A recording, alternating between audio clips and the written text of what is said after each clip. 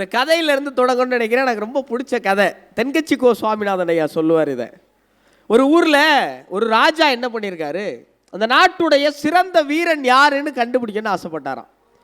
ஆசைப்பட்டு ஒரு பெரிய குளம் ஒன்று வெட்டியிருக்காரு. இப்போ இந்த மேடையில் தொடங்கி அந்த பின்னாடி இருக்கிற கடை வரைக்கும் வச்சுக்கோங்களேன், அந்த பெரிய குளம். அந்த குளத்துக்குள்ளே விஷ பாம்பு, விஷச்செடி, முதலை, இது எல்லாத்தையும் போட்டார்.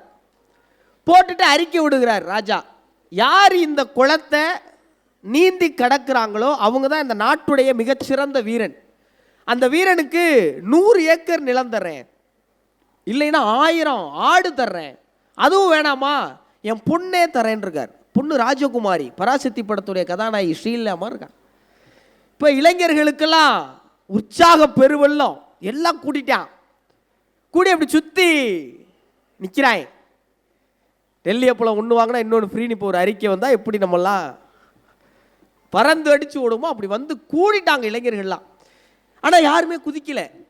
ஏன்னா உள்ளே இருந்து பாம்பு போங்குது, முதல்ல வாங்குது, எல்லாருக்கும் தொடையில் நடுங்குது. இப்போ என்னடா செய்கிறது அப்படின்னு ராஜா வருத்தத்தில் இருக்கும்போது திடீர்னு ஒரு இளைஞன் சடார்னு உள்ளே குதிச்சிட்டான். குதிச்சு பாம்பெல்லாம் தள்ளி விட்டு செடியெல்லாம் அத்தெறிஞ்சு முதலையெல்லாம் மிதிச்சு எந்திரிச்சு வந்துட்டான். ஊரே கொண்டாடுது. தோல்ல வச்சு மேடை கூட்டி வந்துட்டாங்க. ராஜா கன்னத்தில் முத்தம் கொடுக்குறாரு. அவன் அவர்கிட்ட வாங்குவா வந்தான். சரி இருந்தாலும் வேறு வழியில் கொடுத்தாரு, வாங்கிட்டான். இப்போ ராஜா கேட்குறாரு, என்ன வேணும் உனக்கு? 100 ஏக்கர் நிலம் வேணுமா? வேணாம் ராஜா. 1000 ஆடு வேணுமா? ஓஹோ இளவரசியா? வேணாம் ராஜான்ட்டான். இவர் கோவம் வந்துருச்சு. அப்புறம் ஏன்டா குதிச்ச? என்னை எவன் தள்ளி விட்டான்னு தெரிஞ்சானும் இருக்கேன். அவன் இப்போ அவனா வரல. எப்படி புத்தக திருவிழாவுக்கு நாமெல்லாம் வந்திருக்கோமோ அதுபோல் எவனோ ஒருத்தன் தள்ளி விட்டுருக்கான். அப்படியாக வந்திருந்தாலும் கூட இங்கே இருந்து இந்த நிகழ்வை கேட்கறதுக்காக அமர்ந்திருக்கிற நீங்கள் ரொம்ப நேரம் எடுத்துக்க முடியாது. ஏறும்போதே நேரத்தை சொல்லி அனுப்பிச்சிட்டாங்க. இந்த பேச்சாளருக்கு ஒரு வியாதி இருக்கான். எவ்வளோ பேர் இருக்காங்கலாம் பார்க்க மாட்டாங்க. ஆனால் இப்போ நீங்கள்லாம் கண்ணி வைக்காமல் பார்க்குறீங்களே, இது ஒரு வெறி ஏற்றிருமா, அது ஒரு வியாதியாம். நல்லா கேட்குற ஆடியன்ஸ் கிடைச்சா பேசிகிட்டே இருப்பாங்களே. ஏன்னா ரொம்ப வருஷமாக தயாரிச்சிருக்கோம்ல. ஒரு பேச்சாளர் ரொம்ப நேரம் பேசியிருக்கார். இப்போ நான் உஷாராக இங்கே ஒரு வாட்ச் வச்சுருக்கேன், இங்கே ஒரு வாட்ச் வச்சுருக்கேன். அவர் அதெல்லாம் கட்டலை. பேசிகிட்டே இருக்கும்போது சொல்லியிருக்காரு, நான் ரொம்ப நேரம் பேசுகிறேன் போல் இருக்கேன், மன்னிக்கணும், மணி பார்க்காம விட்டேன்னாராம். இப்போ கூட்டத்திலேருந்து ஒரு திருச்சி வராராம், மணியதே பார்க்கல, பின்னாடி இருக்க காலண்டரையாவது பார்க்கக்கூடாதையா சண்டால பாவி. ஒரு நாள் கணக்காக பேசிடுவோம். அப்படி பேசக்கூடாது. ஒரு பேச்சு எப்படி இருக்கணும்னு வள்ளுவர் சொல்கிறார். கேட்டார் பிணிக்கும் தகையவாய் கேளாரும் வேட்பமொழிவதாம் சொல் அப்படிங்கிறது வள்ளுவர். கேட்டார் பிணிக்கும் தகையவாய்னா கேட்குற ஆளெல்லாம் கட்டி போடுற மாதிரி இருக்கணுமா ஒரு பேச்சு. நீங்கள்லாம் சேர்ந்து என்னையை கட்டி போட்டுறக்கூடாது. பப்பாசி அமைப்பில் இருக்கவங்களாம் இனிமேல் எங்கேயுமே பேசக்கூடாது. கேட்குற ஆளை கட்டி போடுற மாதிரி இருக்கணும். கேளாரும் வேட்பமொழிவதாம் சொல். கேளார்னா நம்மளை பிடிக்காது வந்திருப்பாங்க. நானே வேறு வழி இல்லாமல் வந்தேன், இவன் வேற காலுன்னு கத்திக்கிட்டு இருக்கான், இவ்வளோ எந்திரிக்க மாட்டேங்கிறா, உட்காந்துக்கிட்டான் நங்குன்னு யாராக இருப்பாங்களே 2 பேர், அவங்க கூட கேட்கணுமா, பரவாயில்லையே ஆளு துணுண்டாக இருந்தாலும் என்னமோ சொல்லிவிட்டானே அப்படின்னு இங்கேருந்து நகர்ந்து போகிற மாதிரி ஒரு உரையை நிகழ்த்தணும்னு வள்ளுவர் சொல்லு. சரி நண்பர்களே, ஏன் புத்தகம் வாசிக்கணுங்கிற கேள்வி இருக்குல்ல. இப்போ கவிஞர் மனுஷபுத்திரன் சொன்னார், ஆமாம் வாசிச்சுக்கிட்டு தான் இருக்கிறாங்க, அதெல்லாம் மறுக்க முடியாது. ஆண்டுக்கு 500 கோடி ரூபாய்க்கு புத்தகம் விற்கிது அப்படின்னு சொல்லும்போது நமக்கு அப்படியே நரம்பெல்லாம் துடிக்குது, புல் அரிக்குது. அப்படியே கொஞ்சம் அங்கிட்டு தள்ளினா வேற ஒரு கடையில் என்னங்க வியாபாரம்னு கேட்டாங்க, ஜிடிபிலாம் பறக்குதுங்கிட்ட அடிச்சு. ஆண்டு வருமானத்தை எடுத்து பார்த்தா பட்ஜெட்லாம் அங்கிட்டு பறத்தி அடிக்கிறான் மாலு. இதில் 10 ரூபா வேற கூடங்கிறாங்க. அந்த கணக்கு உள்ளே வராதுன்னு வைக்கல. சரி இப்போ இவங்களை எப்படி அங்கிட்டு கொண்டு வரதுங்கிற ஒரு கேள்வி இருக்குல்ல. இப்போ கல்லூரிகளுக்கெல்லாம் நிறைய கல்லூரிகளில் பேச போகிறோம். நான் இந்த விஷயத்தில் நான் கொஞ்சம் அப்புறாணி. எனக்கு எந்த நல்ல பழக்கமும் கிடையாது வைக்கல. பற்ற வைக்கவும் தெரியாது, அளவாக கலக்கவும் தெரியாது, இழுக்கவும் தெரியாது, அவ்வளோ ஒரு மட்டமான ஆள் நான். இப்போ இந்த ஒரு தகுதியின் அடிப்படையில் கல்லூரிகளில் போய் தைரியமாக பேசுவேன். என்ன பேசுவேன்னா, இது மாதிரி இளைஞர்கள் கண்ட வஸ்துகளுக்கு அடிமையாயிடக்கூடாது, இதை பேசுங்கிறாங்க. முன்னாடிலாம் தம்பி சாதி மதம் பேசக்கூடாது, வேறு மாது பற்றி பேசக்கூடாதுன்னு சொல்லி அனுப்புவாங்க. இப்போ தம்பி இதை பற்றி பேசுங்கன்னு அனுப்புகிறாங்க பிரின்சிபல் வலுக்கட்டாயமாக. ஏன்னா எங்கேயோ தடம் புரளுகிற இளைஞர்களை எப்படி இந்த பக்கம் கொண்டு வருது? இப்போ இந்த பக்கம்லாம் இளைஞர்கள்லாம் கொண்டு வர முடியாது. ஆனால் இந்த பக்கம் வந்துட்டான்னா அவன் திருப்பி அந்த பக்கம் போகிறதுக்கான வாய்ப்பு ரொம்ப குறைஞ்சி போயிடும். கைத்தட்டலாம், தப்பு கிடையாது. ஏதோ நல்ல விஷயம் சொன்னேன்னு நினச்சி கேப்லாம் விடுறேன், பரவாயில்ல. இப்போ புத்தகத்துள்ளாக்களை வரும்போது அங்கே ஒரு கருத்தாள் உட்கார்ந்துருக்காரு. இப்போ அவருக்கு கலர் என்னங்கிறது தான் பெரிய கேள்வி நம்ம ஊருக்குள்ளே. அது ஒரு பக்கம் வைங்களேன், அவருக்கு என்ன கலருங்கிறது ஒரு பெரிய கேள்வி. நம்ம அவருக்கு திருவள்ளுவர்னு பேர் வச்சுருக்கோம். இப்போ அவர் நிறைய எழுதியிருக்காரு, பக்கம் பக்கமாக 1330 எழுதியிருக்காரு. இதில் பாருங்கள், ரொம்ப சூசகமாக என்ன பண்ணிட்டாங்க, நமக்கு அறிமுகப்படுத்தும் போதே அறத்துப்பாளையும் பொருட்பாளையும் மட்டும் சொல்லி கொடுத்துட்டாங்க. மூணாவதாக இன்பம்னு ஒரு ஆள் தான் எழுதியிருக்காரு. அதை நமக்கு அறிமுகப்படுத்தவே இல்லை பள்ளிக்கூடத்தில். பெரிய தவறு. இங்கே இருக்கிற எல்லா தம்பதிகளும், தம்பதியாக விரும்புகிறவர்களும் அல்லது சாகரக்குள்ளே ஒரு கல்யாணமாவது பண்ணிடணும்னு நினைக்கிற என் அன்பு சகோதர சகோதரிகளும் போய் இன்பத்து பாலை எடுத்து படிங்க. அதில் அந்த ஆள் எழுதியிருக்கிறதெல்லாம் நீங்கள் கற்பனை செய்கிற நல்லா யோசிச்சு பாருங்களேன். இன்றைக்கி காதலிச்சிருக்கவங்க, இதுக்கப்புறம் காதலிக்கவே கூடாதுன்னு இருக்கிறவங்க எல்லாருக்கும் இந்த அனுபவம் இருக்கும். காதலில் இன்றைக்கி நம்ம சந்திக்கிற பெரிய சிக்கல் என்ன? பொசசிவ்னஸ். கரெக்டாக? எல்லாத்துக்கும் என்ன உன் சட்டை நல்லா இருக்குன்னு அவங்க சொல்கிறாங்க. சட்டையை தாம்மா சொன்னாங்க, சத்தியமாக என்ன சொல்லலைன்னா அது எப்படி ஓன் சட்டையை சொல்லுவா? நடக்குது இல்லை? இது எப்போ இருந்துருக்கு? நம்ம காலகட்டத்தில் இருக்கா? நம்ம அப்பா அம்மா தாத்தா பாட்டி அதுக்கு முன்னாடி. இப்போ சமீபத்தில் ஒரு படம் பூக்காலம்னு நினைக்கிறேன், ஒரு மலையாள படம் ஒன்று பார்த்தேன். தாத்தாக்கு வயசு 95, பாட்டிக்கு 85. அவர் டைவர்ஸுக்கு நிற்கிறார். பொசசிவ்னஸ். 95 வயசில் என்னையா நீ டைவர்ஸ் வாங்கி என்னையா பண்ண போகிற? எனக்கு வேணுங்க அப்படிங்கிறார். இப்போ 100 வருஷத்துக்கு முன்னாடியா இருந்துச்சு? இல்லை, வள்ளுவர் சொல்றாருங்க, எழுதார் ஒரு குரல்ல, யாரினும் காதலம் என்றேனே ஊடினால் யாரினும் யாரினும் என்றுங்கிறார். அப்படின்னா என்னன்னா, அவர் போய் சொல்லியிருக்காரு, வாசிக்கிட்டு தான் சொல்லியிருக்க முடியும். அவர் வச்சுக்கிருவோம், ஏமா நான் அந்த உலகத்திலே மற்ற எல்லாரையும் விட உன்னே தான்மா லவ் பண்ணுறேன் அப்படின்னு இருக்காரு. வழக்கம் போல் எல்லாம் நம்ம சொல்கிறதான்னு வைங்களேன். அவரும் சொல்லியிருக்காரு பாருங்க 2000 வருஷம் முன்னாடி, இந்த உலகத்தில் எல்லாரையும் விட உன்னே தான்மா ரொம்ப லவ் பண்ணுறேன்னு இருக்கார். இப்போ அந்த அம்மா என்ன பண்ணியிருக்கு பாருங்க, எல்லாரையும் விடனா அப்போ யார் யாரெல்லாம் லவ் பண்ண நீ அப்படின்றது. யாரினும் காதலம் என்றேனே ஊடினால் யாரினும் யாரினும் என்று. இப்போ இந்த பொசசிவ்னஸ் இருக்குல்ல, இது 2000 வருஷம் முன்னாடி எழுதியிருக்காங்க. இப்போ இந்த வழிகாட்டி வள்ளுவத்துக்குள்ளே அழைச்சிட்டு போயிட்டோம்னு வைங்களேன், உள்ள அந்த ஆள் சொல்கிற எல்லாத்தையும் நம்மளால் வகைப்படுத்த முடியும். இப்போ ஊடகமும் தமிழும். இப்போ எனக்கு நல்லா ஞாபகம் இருக்குது, நான் சமூக ஊடகங்களில் இந்த டிஜிட்டல் மீடியாவில் சோசியல் மீடியாஸ்குள்ளே வர்றதுக்கு முன்னாடி இங்கே தமிழ் பேசுகிற நெறியாளர்கள்னு பெரிய பெரிய குறிப்பிடுகிற எண்ணிக்கையில் ஆட்கள் இல்லை. அதனால ஒரு பெரிய வாய்ப்பு கிடச்சிச்சு. அங்கேருந்து ஊடகத்திலேருந்து நெறியாளர்லேருந்து தமிழ் பேச்சங்கள் முடிச்சு பிக் பாஸ், இப்போ பப்பாசி அமைப்புடைய பெரிய ஆசீர்வாதத்தினால இந்த 49வது சென்னை புத்தகத்தில்.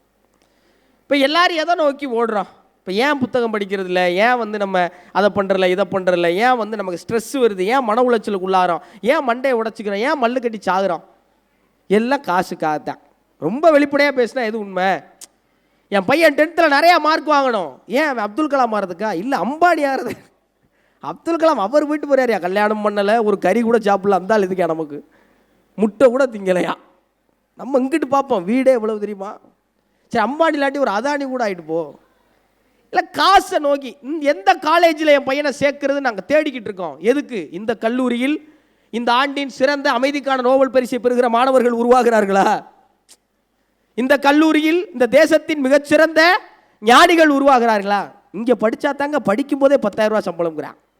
படிக்கும் போதே இருக்கா 10,000 ரூபா சம்பளம். படித்து முடிச்சோடனே கேம்பஸ் இன்டர்வியூ கிடைச்சிரும், அடித்து கொளுச்சிடலாம். இப்போ இதுக்கு பின்னாடி ஓடிட்டே இருக்கோம்ல. இப்போ இதுக்கு பின்னாடி ஓடுறதெல்லாம் ஒரு பக்கம் இருக்கட்டும். திருவள்ளுவர் சொல்கிறார், என்ன சொல்கிறாரு? அருள் இல்லாருக்கு அவ்வுலகம் இல்லை, இருள் பொருள் இல்லாருக்கு இவ்வுலகம் இல்லாங்கிறார். காசு தாண்டா முக்கியங்கிறார் வள்ளுவர். மோசமான ஆளாக இருந்திருப்பார் ஒரு கணி எனக்கூடாது. திருவள்ளுவரே சொல்கிறார். ஆமாம், சொல்கிறாரு, பொருள் அல்லவரை பொருளாக செய்யும் பொருள் அல்லது இல்லை பொருளுங்கிறார். இப்போ நம்ம ஊருக்குள்ளே யோசிச்சு பாருங்களேன், எனக்கு நல்லா ஞாபகம் இருக்குது. எங்கள் மாமா ஒருத்தர் இருக்கார், ரஞ்சித்தின் பேர். என் கூட படித்தான், எனக்கு முன்னாடி படித்தான், அப்புறம் என் கூட படித்தான், அப்புறம் என் தம்பி கூடயும் படித்தான். அவன் ரொம்ப நல்லா படிக்கிற பையன், ரொம்ப நல்லா. அங்கிட்டு போனோம்னா நான் அவனையும் மாமான்னு கூட அப்பாவே மாமான்னு கூப்பிடுவேன். ஒரு பைத்தியக்காரத்தனமான உறவு முறைன்னு வச்சுங்களேன். மாமா மாமா எங்கே போனார்?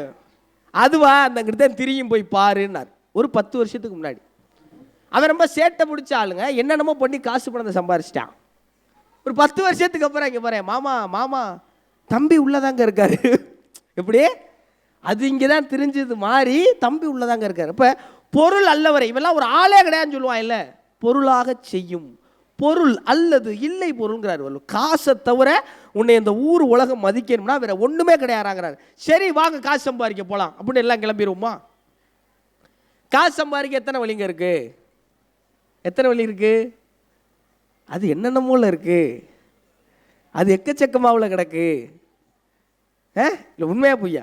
எக்கச்சக்கமா இருக்கு. இப்போ நம்ம அடுத்த தலைமுறைக்கு காசு சம்பாதிக்கணும்டான்னு சொல்லி கொடுக்குறோம். எத்தனை பேர் இப்படித்தான் காசு சம்பாதிக்கணும்னு சொல்லி கொடுக்குறோம்? காசு சம்பாதிக்கலாம், இப்படித்தான் சம்பாதிக்கணுங்கிற எத்தனை சொல்லி கொடுக்குறோம்? அதை வள்ளுவன் சொல்கிறேன். என்ன சொல்கிறேன்? இதுக்கு தான் அப்படியே வர்றோம். அருளாக இருக்க உலகம்லே பொருளாக சொல்லிட்டாரு. பொருள் இல்லவரை பொருளாச்சியும் பொருள் இல்லை. சரி, இந்த பொருளுக்கு என்னங்க பண்றதுன்னா அவன் சொல்றேன், அரண் ஈனும் இன்பமும் ஈனும் திறனறிந்து தீதின்றி வந்த பொருள்ங்கிறான் வள்ளுவன். இதைத்தான் அடுத்த தலைமுறைக்கு சொல்லிக் கொடுக்க வேண்டிய அவசியம் இருக்கு. எந்த பொருளா யோசிச்சு பாருங்க. இன்னைக்கு நம்ம யாரோ இங்கே ஒரு ஆள் பேசி முடிச்சோடனே, தலைவா சூப்பராக பேசி எனக்கு ஒரு ஐடியா இருக்கு, சாயங்காலம் அந்த பேங்க் பக்கம் ஒதுங்குவோமான்னு கேட்குறீங்கன்னு வைங்களேன். இப்போ நம்ம நேரம் கிளம்பி போயிட்டோம். ஒரு ஏடிஎம்ல யாருக்கும் தெரியாமல் நம்ம கைக்கு வாக்குனதை கொஞ்சம் எடுத்துக்கிட்டோம்னு வைங்க. எல்லாம் கற்பனைக்கே டிஸ்க்ளைமர் போட்டுருங்க. அது வாட்டு லைட் போலீஸ் வந்துடும்.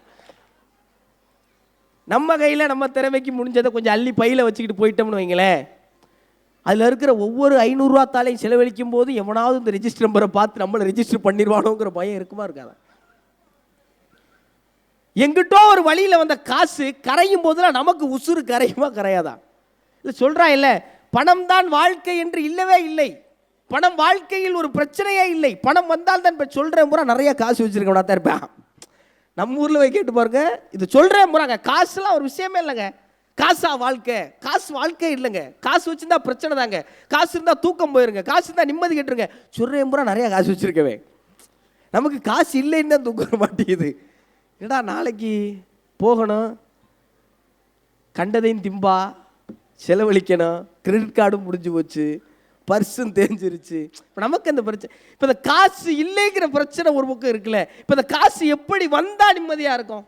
அரண் ஈனும் இன்பமும் ஈனும் திறனறிந்து தீதின்றி வந்த பொருளுங்கிறத அடுத்த தலைமுறைக்கு சொல்லிக் கொடுப்பதற்காகத்தான் வாசிப்பின் பக்கம் அவங்களை இழுத்துட்டு வர வேண்டியிருக்கு. இந்த உலகத்திலே எனக்கு தெரிஞ்சு தமிழை தவிர வேற எந்த மொழியும் இலக்கியத்தில் இதை படைக்கவில்லை. அதை ஊடகத்தில் எடுத்துட்டு வந்து கொண்டு போய் சேர்க்க வேண்டிய பொறுப்பு நமக்கெல்லாம் இருக்கு. இப்போ நம்ம ஜனநாயகத்தில் 4 தூண் இருக்குங்கிறாங்க. அதில் ரொம்ப முக்கியமான தூண் என்ன சொல்கிறாங்க? ஊடகத்தை சொல்கிறாங்க. இப்போ யார் இன்னைக்கு ஊடகம்?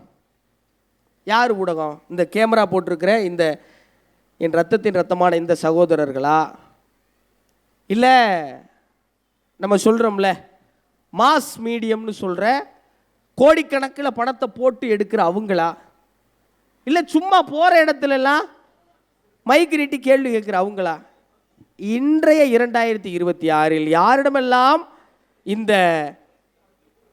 உலக உருண்டையின் சிறிய வடிவம் இருக்கிறதோ அவர்கள் எல்லாருமே ஊடகம் தான். நீங்கள் நானும் எல்லாருமே இன்னைக்கு ஊடகம் தான். உண்மையாக போய்யா?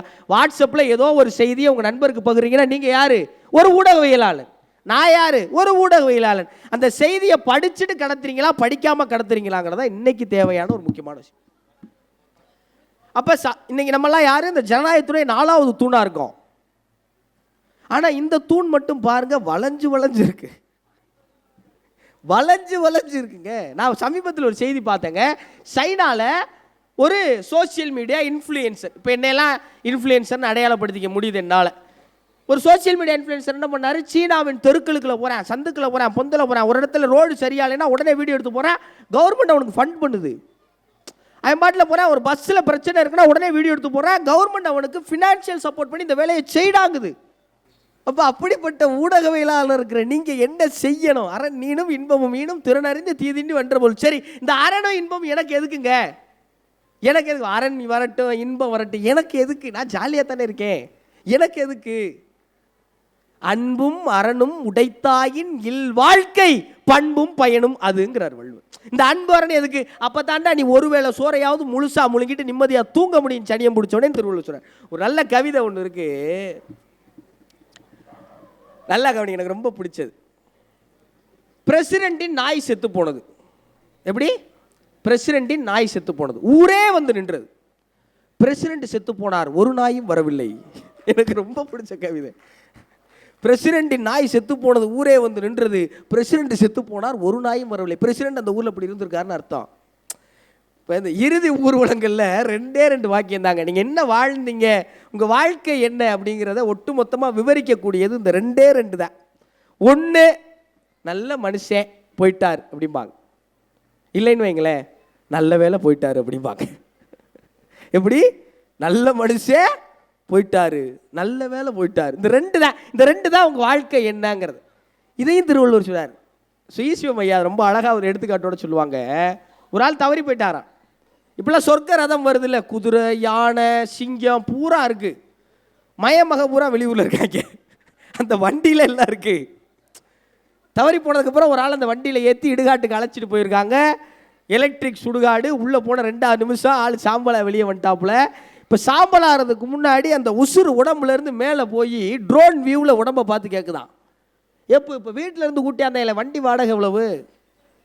10,000 12,000 இருக்கும். சரி, எப்போ செத்த?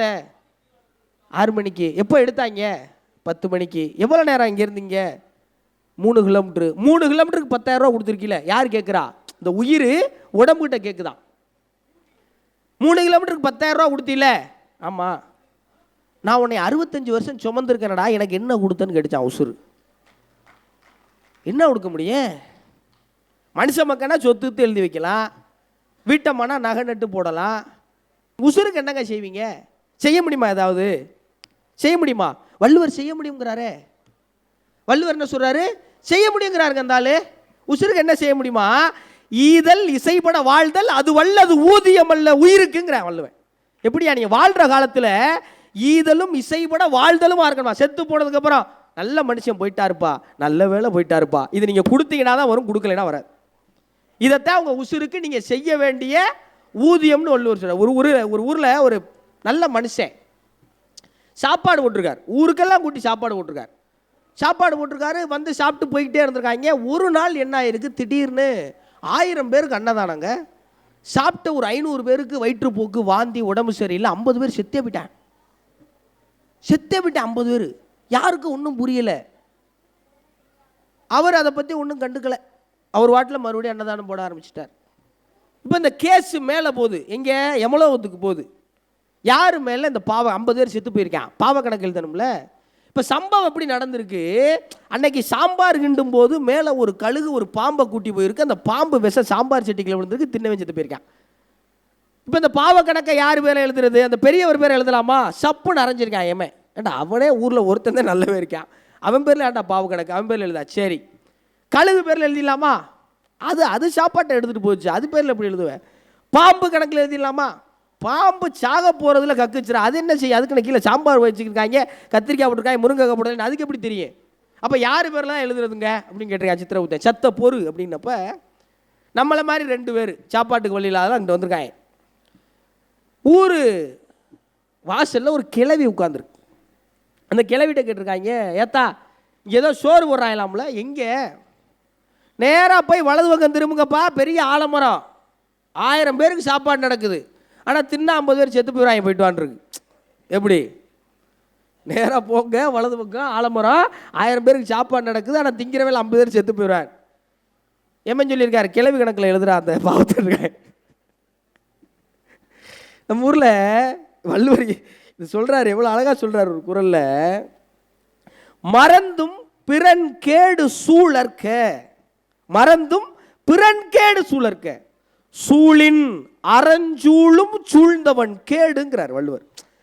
நீ நல்லா இருக்குன்னு நினை, அடுத்தவன் நல்லா இருக்குன்னு நினைக்காம இருந்தாலும் பரவாயில்ல, நீ நல்லா இருக்க, அடுத்தவன் நாசமாக போகணும்னு நினச்சிட்டோம்னு வைங்களேன், நம்ம நாசமாக போகணும்னு பாவம் நினைக்காதான், அறம் நினைக்குமா? இது எவ்வளோ பெரிய முக்கியமான விஷயம். ஒரு அப்பா என்ன பண்ணியிருக்காரு, பையனுக்கு ஃபேன்சி ட்ரெஸ் காம்படிஷனுக்கு 3500 ரூபா ஃபீஸ் கொடுத்து அனுப்பிட்டார். அனுப்பின ஒரு சும்மா இருந்திருக்கணும், ஒரு புத்தகத்தை வேறு வாங்கி கொடுத்துட்டார் பைத்தியக்காரத்தனமாக. இதுதான் கர்ணனை பற்றின புத்தகம், படிச்சுக்கப்பா, நாளைக்கு இவன் வேஷம் தான் நீ போட போகிற. கர்ண வேஷம் போடுறதுக்கு மயன் புத்தகத்தை வாங்கிட்டான், படிச்சுட்டான். மறுநாள் ஸ்கூலில் காம்படிஷன் நடக்குது, பூரா பிள்ளையும் பாரதிதாசன் எல்லாம் போட்டு இறங்கிட்டாங்க. இந்த கர்ண வேஷம் மட்டும் வரவே கிடையாது. அப்பாவுக்கு டென்ஷன் ஆயிடுச்சு. நேராக ஸ்டேஜுக்கு பின்னாடி போயிருக்காரு. பையன் உட்காந்து கெக்க பக்கன்னு சிரிச்சு விளையாடிட்டு இருக்கான். சப்புன்னு விட்டார் ஒரு அரை. ஏன்னா உனக்கு 3500 ரூபா ஃபீஸ் கொடுத்து கர்ணன் வேஷம் போடுறான்னா இங்கே உட்காந்து என்ன கெக்க பக்கன்னு சிரிச்சுக்கிட்டு இருக்கேன். அவன் சொல்லியிருக்கான், இல்லைப்பா நான் வேஷம் போடலைன்னு இருக்கேன். ஏன் போடலை? என் கிளாஸில் விக்கி 3 நாளாக ஃபீஸ் கட்டலை, அவனை வெளியே முழங்கால் போட வச்சுருந்தாயே, 3000 ரூபா என் பேரில் ஃபீஸ் கட்டிட்டேன்னு இருக்கார். அப்பாட முட்டாப்பையில ஏன்டா அப்படி பண்ணேன்னு கேட்டிருக்காரு. நீ கர்ணன் புத்தகம் கொடுத்தீங்களா, அதில் தான் போட்டுருச்சவனா கஷ்டப்பட்டா கையில் இருக்கிறத கொடுக்கணும்னு. அப்பா மகனுக்கு கர்ணனாக வேடமிட நினைத்தார். மகன் கர்ணனாகவே மாறிய தருணத்தை இந்த புத்தகங்களும் வாசிப்பும் தான் செய்து கொண்டு. இப்போ இந்த பக்கம் அவனை அறிமுகப்படுத்த வேண்டியது இருக்குல்ல, ரொம்ப வெளிப்படையாக பேசுவோமே. இந்த ஜெனரேஷன் இருக்காங்கல்ல, இப்போ இந்த ஜெனரேஷன் அடுத்த தலைமுறை, இவர்கள் உணர்ச்சி மிக்கவர்களாக இருக்கிறார்கள். எப்படி? ஸ்பீடாக இருக்கான், ரொம்ப பவர்ஃபுல்லாக இருக்கான், நாலேஜபிளாக இருக்கான், உலகத்தை ரெண்டா திருப்புற திறன் இருக்கு. ஆனால் உணர்வு பூர்வமாக இருக்கிறார்களா என்பதில் பெரிய கேள்விக்குறி தொக்கி நிற்குதில்ல. காதலிக்கு ஒன்று நான் துடிக்கிறான் சார். நேற்று சாயங்காலம் தான் பார்த்து இன்ஸ்டாகிராமில் ஐடி வாங்கியிருக்கேன். இன்னைக்கு காலையில் அவளுக்கு ஒன்று நான் பதறேன். அம்மாவுக்கு காய்ச்ச முடியாமல் கிடக்கு, அது கிடக்குன்னு கிளம்பி போகிறானே. உண்மையா பொய்யா? அம்மாவிடமும் அப்பாவிடமும், அம்மா நம்ம இங்கே வந்துட்ட பாருங்க, தாத்தா பாட்டி மாமா சித்தப்பா அவெல்லாம் இவன்டே தெரியாது. அவங்களாம் இருக்காங்களா எந்த மியூசியத்துலன்னு கேட்குற இடத்துக்கு இன்னைக்கு காலம் நம்மளை தள்ளி கொண்டு வந்து நிறுத்திருச்சு சார். நல்லா நீங்கள் இங்கே இருக்கிற 40 கடந்தவர்கள் உங்கள் சித்தப்பாவுக்காக அழுதுருக்கீங்க, கரெக்டா? உங்கள் 2 விட்ட மாமாக்காக, எனக்கு ரொம்ப சின்ன வயசில் சைக்கிளில் முன்னாடி என்னைய கேட்டுக்குள்ளே உட்கார வச்சு ஓட்டிட்டு போன மாமாடா, நல்ல மனுஷன் செத்துட்டாரு. நான் கேட்குறேன், உங்கள் பிள்ளைகள் உங்கள் 2 விட்ட மாமாவின் இறப்புக்கு அழுவார்களா? வரவே மாட்டேன். வந்தா தானே சார் அழுவேன். ஏன்? அந்த உணர்வுகளை அவர்களுக்கு கடத்துவதற்கு எங்கோ தவறிட்டோம்ல. இதை எப்படிங்க செய்யறது? உள்ள போங்க. நாமுத்துக்குமார்னு ஒரு நல்ல மனுஷன் அணிலாடும் மூன்றில் ஒரு புத்தகம் எழுதியிருக்காருங்க. எல்லா பிள்ளைகளுக்கும் வாங்கி கொடுங்க. அதில் படித்ததுக்கு அப்புறம் உங்களை கேட்பேன், நாக்க பிடுங்குற மாதிரி அத்தைன்னு ஒருத்தி எனக்கு இருக்கான்னு ஏன்டா அவ்வளோ நாள் காட்டவே இல்லை உங்கள்கிட்ட கேட்பேன். நீங்கள் தலை குனியணும். இது மொஹராஜ் இஸ்மாயில்னு ஒருத்தர் எழுதின கவிதை. இது உங்களுக்கெல்லாம் கனெக்ட் ஆகும், அடுத்த தலைமுறைக்கு புரியாது. அதனால் இன்றைக்கி சொல்கிறேன், இது புரிய வைக்கிற என்ன செய்யணுங்கிற நீங்கள் வீட்டில் வச்சுங்க. இறந்து போன அம்மா கனவில் வந்ததாக சொல்லி அண்ணன் வீட்டிற்கு வந்தான், இருவரும் அடிக்கடி வரட்டும்னு அந்த கவிதை முடியும். கைதட்டலாம், தப்பு கிடையாது. எப்படி? செத்து போன அம்மா கனவுல வந்தான்னு சொல்லி அண்ணன் வீட்டுக்கு வந்தானாம், 2 பேரும் அடிக்கடி வரட்டும். கடைசி வரைக்கும் நம்ம போக மாட்டோம், அது நம்ம புத்தி, அது செருப்பால் அடிக்கணும், அது விடுங்க. இப்போ இந்த இறந்து போன அம்மா கனவுல வர்றதை பற்றி யாருக்கும் கவலை இல்லை, அண்ணன் வர்றதை பற்றி. வந்தா ஏதாவது கேட்டுருவானோ, வந்தா கடை வேணும்னு கேட்டுருவானோ, அம்மா வர வேணாம் அவனு வர வேணாம்னு நினச்சிரும்ல. இந்த உணர்வுகளின் பக்கம் இழுத்து வர, அம்மா பக்கமே அப்பா பக்கமே இழுக்கிறதுக்கு இவ்வளோ சிரமம் இருக்குல்ல. எனக்கு ரொம்ப பிடிச்ச கவிதைங்க வைரமுத்து அவர்களுடைய முதலாய் அம்மாவுக்குங்கிற ஒரு கவிதை. நீங்களாம் வாய்ப்பு இருந்தால் அவர் குரலில் கேளுங்க, ரொம்ப நல்லா இருக்கும் அந்த கவிதை. அதில் அவர் சொல்லுவார், கண்ணு காது மூக்கோட கருப்பா ஒரு பிண்டம் இடப்பக்கம் கிடக்கையில் என்னென்ன நினச்சிருப்ப. கண்ணு காது மூக்கோட கருப்பா ஒரு பிண்டம் இடப்பக்கம் கிடக்கையில் என்னென்ன நினச்சிருப்ப. கத்தி எடுப்பவனோ களவாட பிறந்தவனோ ஊரையால் வந்திருக்கும் தாசில்தார் இவன் தானோ, இந்த விவரங்கள் ஏதுன்னும் தெரியாமல் நெஞ்சூட்டி வளர்த்த ஒன்றை நினச்சா அழுக வரும்னு. ஏங்க அந்த ஆத்தா செஞ்சா? நம்ம வளர்ந்தவளுக்கு கஞ்சி ஊற்றுவோம்னா, நம்ம கழுத்து இருப்போமா கஞ்சி ஊற்றுவோமான்னு அவளுக்கு தெரியாதே. நம்ம என்ன ஆவோம்னு தெரியாதே, என்ன பண்ணுவோம்னு தெரியாதே. 15 வயசில் செல்ஃபோன் அதிகம் யூஸ் பண்ணலைன்னு சொல்லி அம்மா கழுத்தில் கத்திரி குழச்சி குத்திட்டாங்க ஒரு பைய. அவனுக்கு அந்த தாய் நெஞ்சுட்டி தானே வளர்த்தா. அவளுக்கு அது தெரியுமா? தேவையில்லையே. அதில் எழுதுவார், கதன்னு களிக்கிண்டி களிக்குள்ள குழி வெட்டி நல்லெண்ணெய் கருப்பட்டி கலந்து தருவாயே, தொண்டையில் அது இறங்கும் சுகமான இளஞ்சூடு மண்டையில் இன்னும் மசமசன்னு நிற்கிதம்மா.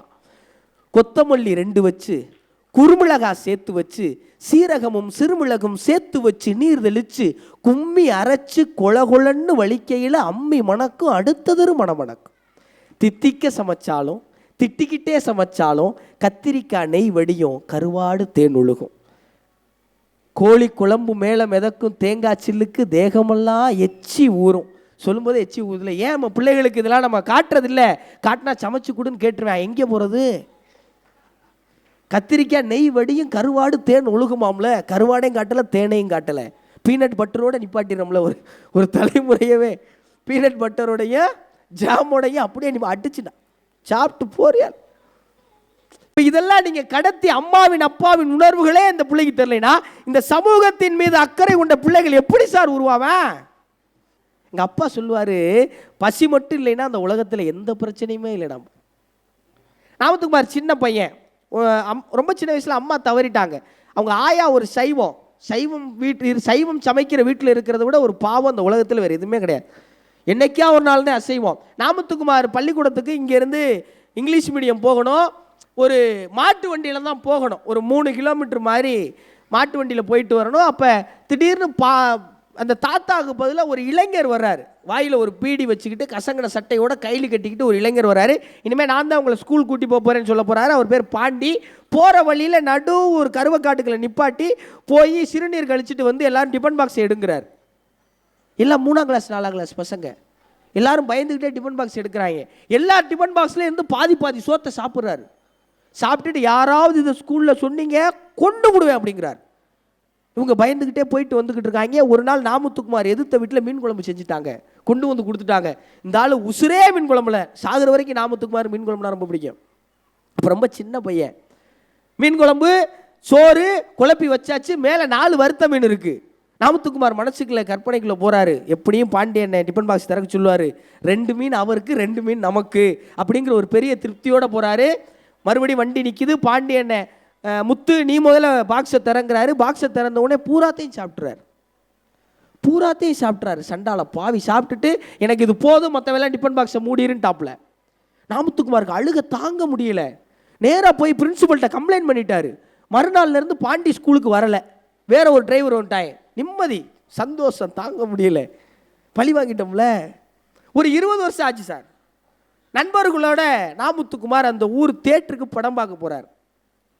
டிக்கெட்டெல்லாம் வாங்கி தேட்டரில் போய் படம் பார்த்துட்டு இன்டர்வெல் வரும்போது ஒரு 45-50 வயதோட ஒரு ஆள் தோள்பட்டியில் கை வைக்கிறார். திரும்பி பார்க்கும்போது, தம்பி நீ முத்து தானே? ஆமாம், நீங்கள்? நான் பாண்டி, உனக்கு வண்டி. நாமத்துக்குமாருக்கு பதட்டம் ஆயிடுச்சு. ஐயோ அண்ணே மன்னிச்சுங்கண்ணே, எனக்கு நான் வேணும்னு பண்ணலை. இல்லை தம்பி, உங்கள் மேலே எந்த தப்பு இல்லை, நான் தான் தப்பு பண்ணிட்டேன். சின்ன பசங்கிட்ட சாப்பாடை வாங்கி சாப்பிட்ற பெரிய பாவம் தானே. எங்கள் வீட்டில் 4 பொம்பளை பிள்ளைங்க, நான் ஒரே ஒரு பையன். அப்போல்லாம் எங்கள் வீட்டில் நைட்டு ஒரு வேளை மட்டும்தான் சாப்பாடு, அதுவும் நான் சம்பாரித்து கொடுத்தாத.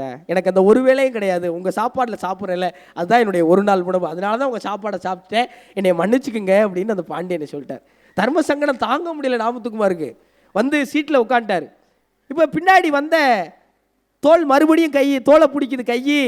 2 ஐஸ்கிரீமை கொடுக்குறாரு பாண்டியனை நாமத்துக்குமாருக்கு. இவர் அண்ணனே அதெல்லாம் வேணாண்ணே அப்படிங்கிறார். இல்லை தம்பி, என் மனசாறுதலுக்கு வாங்கிக்கிங்களேன் அப்படிங்கிறார். நாமத்துக்குமார் அதை வாங்கிட்டார். வாங்கிட்டு இதாங்க நாமத்துக்குமார் கடைசி வார்த்தை அப்படி எழுதுறான் அந்த மனுஷன். அந்த ஐஸ்கிரீமை சுவைத்த போது அதில் மீன் குழம்பின் வாசம் அடித்தது எழுதுறான். தான் நாமத்துக்குமார். பசி என்னும் பெருந்தீன் தலைப்பு. இதை இந்த தலைமுறை பிள்ளைகள் படித்து விட்டு நகரும் போது ரோட்டோரத்தில் யாராவது பசின்னு கிடந்தால் அந்த பிள்ளையால் சாப்பாட்டுக்கு 10 ரூபா கொடுக்காம நகர முடியுமா சார்? நம்ம தான் 2வது மாடி அப்பார்ட்மெண்ட்லேருந்து கூடையில கட்டி காய்கறி வாங்குறோம். அவனுடைய பசி எப்படி அடுத்த தலைமுறைக்கு தெரியணுமா வேணாமா?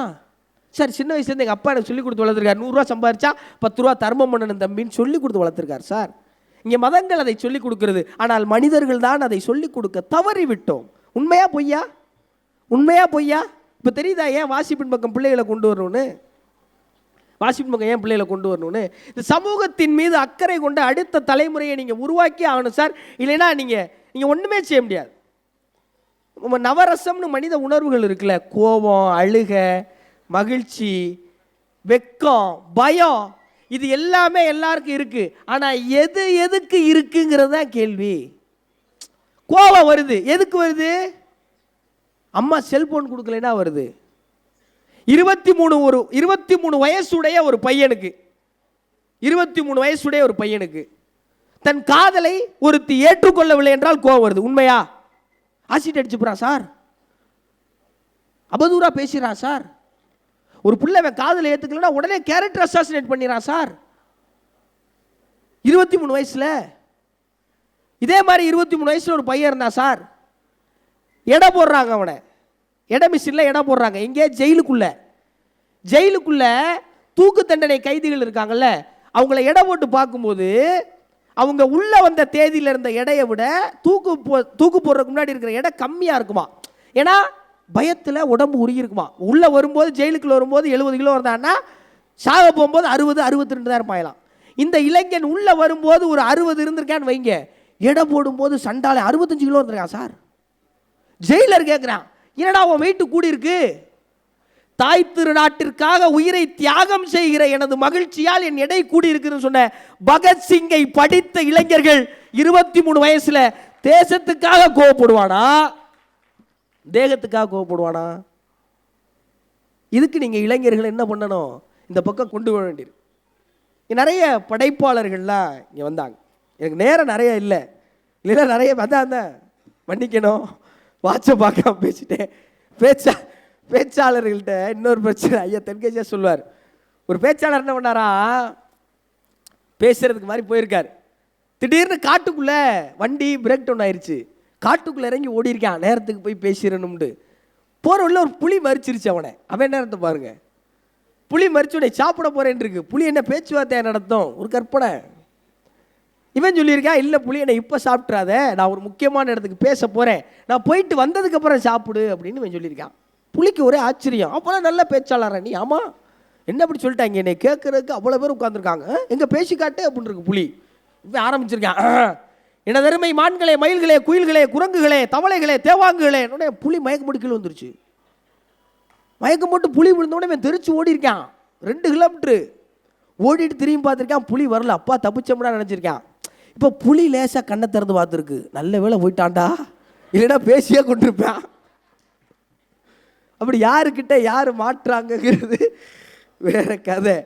இங்கே நல்லவர்களாக இருக்கிறவர்களை கண்டுபிடிக்க வேண்டிய தேவை இருக்குல்ல சார். ஒரு ஊரில் பயங்கர மழை, மழை அடிச்சு ஊற்றுது, வெள்ளம் முட்டிக்கால் வரைக்கும் வந்துருச்சு. ஊர் சனம்லாம் பயந்துருச்சு. சின்ன கிராமம், 150 பேர். எல்லாரும் இந்த மாதிரி ஒரு மண்டபத்தில் கூட்டிட்டாங்க. ஊரில் ஒரு பெரியவர் சொல்லியிருக்காரு, நம்ம ஊரில் ஒரு பாவம் செஞ்சவன் இருக்கேன், அவனை கண்டுபிடிச்சோம்னா மத்தாலாம் தப்பிச்சிடலான் இருக்கேன். அப்போ அவனை எப்படி கண்டுபிடிக்கிறது? அதோ தொலைவில் ஒரு பனை மரம் தெரியுது இல்லை, ஒவ்வொரு ஆளாக போய் மரத்தை தொட்டுட்டு வரணும்னு இருக்கான். இப்போ மழை பெய்யும் போது மரத்தை தொட்டா என்ன ஆகும், இடி விழுந்துடும். இப்போ பாவம் செஞ்ச மரத்துக்கிட்ட போகிறப்ப இடி விழுந்து அவன் செத்து போயிடா, மத்தாலாம் தப்பிச்சுக்கலாம்னு ஒரு டேஞ்சரஸான ஐடியா கொடுத்துருக்கேன் அந்த ஆள். சரி, இதையும் ஃபாலோ பண்ண நம்மளால இருந்தால் எவனா ஒருத்தன் சொன்னால் கேட்டுருவோம்ல. ஒவ்வொரு ஆளாக போய் தொட்டு வந்திருக்காங்க. 149 பேர் தொட்டாச்சு. கடைசி என்னை மாதிரி ஒரே ஒரு அப்புறாணி. போக மனசு வருமா? நீங்கள் விடுவீங்களா? பிடிச்சி தள்ளுறாங்க, போடா. இவன் நடுங்கிக்கிட்டே போய் மரத்தை தொட்டு தான் தாமதம். டமால் விழுந்துருக்கிட்டி மண்டபத்தில். 149 பேர் அவுட்டு. இப்போ ஒருத்த மட்டும். அப்படி நல்லவன் யாரு கெட்டவன் யாருக்கெல்லாம் கிடைக்க பகுப்பாய்வு செய்ய முடியாது. ஆனால் நல்லவனாக இருக்கிற பக்கம் அவனை கடத்த வேண்டியது இருக்குல்ல. ஒரு பையன் MBA முடிச்சிட்டான் சார், பெரிய இன்ஸ்டியூஷனில் முடிச்சிருக்கேன், நேஷனல் இன்ஸ்டியூஷனில் முடிச்சுட்டு அப்பாட்ட வந்து அப்பா என்ன பண்ணுறதுன்னு கேட்டிருக்கேன். அப்பா சொல்லியிருக்காரு, டே என் ஃப்ரெண்டு ஒரு பெரிய பிஸ்னஸ் மேக்னெட், இன்னைக்கு அவர்கிட்ட நீ ஒரு இன்டர்ன்ஷிப்பாக போய் இருந்து கொஞ்ச நாள் கற்றுக்க, தொழில் கற்றுக்க, நீயும் பெரிய ஆள் ஆயிடலான்னு. இவன் போய் அங்கிள் இது மாதிரி அப்பா அமிச்சார். அங்கிள், சரி தம்பி என்ன பண்ணலான் இருக்கேன், தெரில அங்கிள், சம்வாட் நீங்கள் சொல்கிறதே பண்ணலான் இருக்கேன் அப்படின்னு. உடனே அங்கேருந்து கை காட்டாமல் வந்து உட்காந்திங்கன்னா கொஞ்சம் நேரம் பேசுவேன். நான் ஒரு 4 விஷயம் சொல்கிறேன், இந்த 4 விஷயத்தை ஃபாலோ பண்ணினா நீ பெரிய பிஸ்னஸ் மேன் ஆயிடலாம். என்ன, இன்னைக்கு இந்தியாவில் பெரிய பிஸ்னஸ் டெய்ரி பிஸ்னஸ் இல்லையா, பால் பொருட்களுடைய உற்பத்தி தான் ரொம்ப பெருசு. இந்த 4 ஐடியா மட்டும் ஃபாலோ பண்ணிக்க நீ பெரிய ஆளாகிறதுக்கு. என்ன, முதல் விஷயம், பஞ்சுவாலிட்டி பிஸ்னஸில் ரொம்ப முக்கியம். காலையில் 5 மணிக்கு பால் கறக்குறீங்கன்னா சாயங்காலம் 5 மணிக்கு பால் கறக்கணும். சரி. 2வது, ஒரு ப்ராடக்டில் இன்கம் எவ்வளோ முக்கியமோ இன்வெஸ்ட்மெண்ட் அதை விட முக்கியம். சரியான புல், சரியான தவிடு, சரியான புண்ணாக்கு மாடு சாப்பிடுதா நீ கவனிச்சுக்கிட்டே இருக்கணும். சரி அங்கிள். பாயிண்ட் நம்பர் 3 ரொம்ப முக்கியமானது தம்பி, 1 லிட்டர் பாலுக்கு 1/4 லிட்டர் தண்ணி கலக்கணும். அளவு கூடுனா மாட்டிக்கிடுவேன், அளவு குறைஞ்சிச்சுன்னா ப்ராஃபிட் வராது. சரி அங்கிள். 4வது, இதுதான் நீ யாருங்கிறத தீர்மானிக்க போகுது. எக்காரணத்தை கொண்டும் நீ பால் கறக்கும் போது மாட்டுக்காரன் அதை பார்த்துடக்கூடாதுன்னு இருக்கான். பூராமே திருட்டு பாலாக கறந்து ஊற்றுருக்கான் சார் அவன். நம்ம ஊரில் நிறைய பேர் இப்படி தான் சார் பிஸ்னஸ் பண்ணுறாங்க. இதுதான் அரண் ஈனும் இன்பமும் ஈனும் திறனறிந்து தீதின்றி வந்த பொருள். ஒரு சின்ன பையன், இன்னைக்கு அதெல்லாம் இல்லை, இங்கே எனக்கு தெரிஞ்சு இங்கே இருக்கிறவங்களில் ஒரு 90% பேர் விடுமுறைக்கு பாட்டி வீட்டுக்கு போன அனுபவம்லாம் இருக்குல்ல, அத்தை வீடு பாட்டி வீடு. சின்ன பையன் சம்மருக்கு ஆயா வீட்டுக்கு அனுப்பிச்சிட்டாங்க. ஒரு வயசான அம்மா கீரை விற்றுக்கிட்டே வந்திருக்கு. பாட்டி கீரை விற்கிற அம்மாட்ட பார்கெனிங், நமக்கு ரொம்ப பிடிச்ச தொழில், அதை பண்ணுறாங்க. 2 கட்டு 15 ரூபா, 10 ரூபாய் நான் வாங்கிக்கிறேன். 15 ரூபா தாத்தா, எனக்கே 14 ரூபாய்க்கு வருது தாய், 10 ரூபாய்னா கொடு, இல்லைன்னா வேணாம். காலையில் போனி தாய், வேணும்னா கொடு, இல்லைன்னா கிளம்பு. காமன் நேரம் 2 பேர் வாக்குவாதத்துக்கு அப்புறம் கடைசியாக கீரைக்காரமாவை இந்த கிளவி கன்வின்ஸ் பண்ணிருச்சு. கன்வின்ஸ் பண்ணி 10 ரூபாய்க்கு கீரையை வாங்கிட்டு திரும்புறதுக்குள்ளே கீரைக்காரமாக மயக்கம் போட்டுருச்சு. என்னடா தண்ணி தெளிச்சா, ஏன் தானே காலையில் சாப்பிடலாத்தா, வெள்ளனை கிளம்பி வந்துட்டேன் லூஸு அப்படின்னு சொல்லி உள்ளே போய் பேரை நம்பிச்சு 3 இட்லி கோழி குழம்புலாம் வச்சு கொண்டாந்து கீரைக்காரமாக சாப்பிட வச்சுருக்கு. கீரைக்காரமாக சாப்பிட்டுருச்சு. இப்போ பேரை கேட்டிருக்கேன், ஏய் கிளவி இங்கே வா, ஒழுங்காக 15 ரூபாய்க்கு கீரையை வாங்கியிருந்தா அது பாட்டில் போயிருக்கோம். கீரைக்கு 5 ரூபாயை காப்பாற்றுறங்கிற பேரில் இன்றைக்கி கோழி குழம்பு இட்லி 100 ரூபா, வெளியில் 95 ரூபா உனக்கு லாஸ் அப்படின்றான். அப்போ பாட்டி சொன்னிச்சான், முதல்ல ஒன்று பண்ணல தங்கம், அது வியாபாரம். வியாபாரம் வணிகத்தில் ஒருபோதும் மனித நேயம் கிடையாது. 2வது ஒன்று பண்ணோம்ல, அது மனித நேயம். மனித நேயத்தில் ஒருபோதும் வியாபாரம் கிடையாது தங்கம்னு அந்த பாட்டி சொன்னிச்சு. நீங்கள் எந்த வேலை செய்தாலும் அது இந்த மனித சமூகத்தை பாதிக்காதாக இருக்க வேண்டும் என்று நினைத்தால் இந்த சமூகத்தில் எந்த பிரச்சனையும் வருமா? யாருக்கெல்லாம் கோயிலில் யானைட்டு ஆசீர்வாதம் வாங்க பிடிக்கும்? நான் இதை மட்டும் பேசி நிறைவு செய்யலாம்னு நினைக்கிறேன். யாருக்கெல்லாம் கோயிலில் யானைட்டு ஆசீர்வாதம் வாங்க பிடிக்கும்? நானும் நிறைய ஆசீர்வாதம்லாம் வாங்கியிருக்கேன், ரொம்ப பிடிக்கும். யானை சவாரிலாம் குழந்தையாருக்கு போய் ஏற்றுவாங்க. இப்போ நம்ம கிட்ட போனால் யானை ஏற்றிடும், பயமாக இருக்குது. இப்போ யானைகள்கிட்ட போகிறதுக்கு எனக்கு ரொம்ப உடம்பெல்லாம் கூசுது. ஏன்னா கவிக்கோட ஒரு கவிதையை படிச்சுவிட்டேன். கவிக்கோ சொல்கிறாரு, காடு பிரித்து, காதல் பிரித்து, காமம் பிரித்து, வாழ்வை பிரித்து உங்களிடம் கையேந்துகிற யானைகள் கேட்பது காசுகளை அல்ல காடுகளைன்னு எழுதுறான் சரந்தால். ஜெயமோகன் தான் யானை டாக்டர்னு ஒரு 80 பக்க குட்டி புத்தகம் இருக்குது, குழந்தைகளுக்கு வாங்கி கொடுங்க. அதை படித்ததுக்கப்புறம் அவன் இந்த உலகத்தை பார்க்குற பார்வையே மாறி. ஒரு ஐஏஎஸ் ஆஃபீஸர் சார், யார் நீங்கள் உங்கள் பிள்ளைகள்லாம் என்ன வாக்குன்னு நினைக்கிறீங்க? ஐஏஎஸ் ஆக்குன்னு நினைக்கிறீங்களே, ஒரு ஐஎஃப்எஸ் ஆஃபீஸர். அவன் யூபிஎஸ்சியில் ஐஎஃப்எஸ் பாஸ் பண்ணிவிட்டு ஒரு வயசான டாக்டரை பார்த்து இன்ஸ்பயர் ஆகிறான். டாக்டர் கிருஷ்ணமூர்த்தி. அதனால் ஒரு பெரிய முக்கியமான மனிதர், நடந்த சம்பவம் இது. டாக்டர் கேவை பார்த்து அந்த புத்தகத்தில் விலங்கியலை, உளவியலை, நீங்கள் யாரெல்லாம் ஜிகிர்தண்டா XX படம் பார்த்தீங்க? ஜிகிர்தண்டா XX கார்த்திக் சுப்ராஜோடது. கடைசியாக அந்த யானைகள்லாம் வந்து கையெடுத்து கும்பிட்டு நன்றி சொல்லல, அது ஜெயமோகனோட யானை டாக்டர்லேருந்து எடுத்து வைக்கப்பட்ட காட்சி. அரசியல் எல்லாத்தையும் பிரித்து மேய்ஞ்சிடும். அதில் ஒரே ஒரு கேள்வி வைப்பாங்க சார், ஒரே ஒரு கேள்வி. பீர் பாட்டில் குடிச்சிட்டு காட்டுக்குள்ளே வீசிட்டு வராங்கல்ல சார், இது ஒரு முழு யானையை கொன்று புழு வைக்கிற மிகப்பெரிய காட்டின் மாமிசமாக மாற்றி விடுங்கிற அருவருப்பையும் மனதின் அடி ஆழத்தை புடுங்கிற கேள்வியும் எடுத்து வைப்பாங்க. இதை படித்த எந்த பயலாவது காட்டுக்குள்ளே பீர் பாட்டில் உடைச்சி போட்டு வருவானா சார்? உடைச்சி போட்டு வருவானா? நீங்கள் எல்லாரும் வாசிப்பின் பக்கம் திரும்பணும். நான் ஒரு 2 நிமிஷத்தில் முடிச்சிடுறேன். கவிக்கோவோட ஒரு கவிதை இருக்கு, நிறைய எடுத்துகிட்டு வந்துடுறேன், எனக்கு நேரம் இல்லை.